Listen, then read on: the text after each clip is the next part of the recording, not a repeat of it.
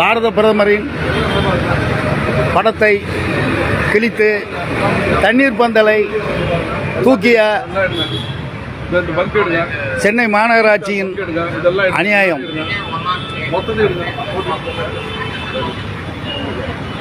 படத்தை கிழித்து அநியாயம் செய்யும் சென்னை மாநகராட்சி பொதுமக்களுக்கு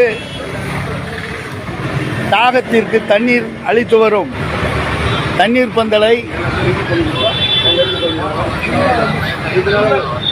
அகற்றுவது என்ற பெயரில் பிரதமரின் படத்தை சேதப்படுத்திய கமிஷனர் கார்ப்பரேஷன் ஊழியர்கள் மீது நடவடிக்கை எடுக்க வேண்டும்.